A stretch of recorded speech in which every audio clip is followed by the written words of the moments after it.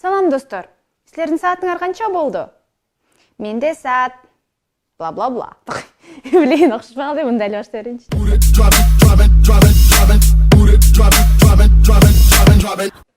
Бүгүн биз саатка байланыштуу идиомаларды өтөбүз. Third times charm. Charm. Charm, third times charm. Бул charm деген сөз ширин, ути-пути дегенди билдирет. Бир нерсенин аябай сонун, татынакай болгон нерсени charm деп айтсаңар болот. Third times бул үчүнчү жолу.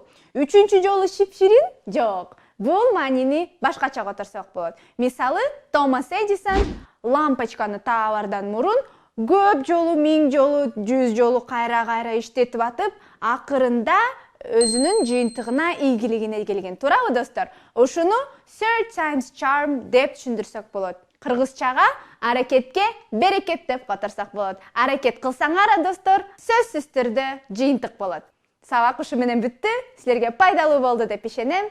Стадидон командасы силер менен кийинки сабакка чейин коштошот. Биздин сабактарга келип жазылгыла дагы англис тилин биз менен чогуу үйрөнгүлө достор. Силерди күтөбүз. See you later. Bye bye.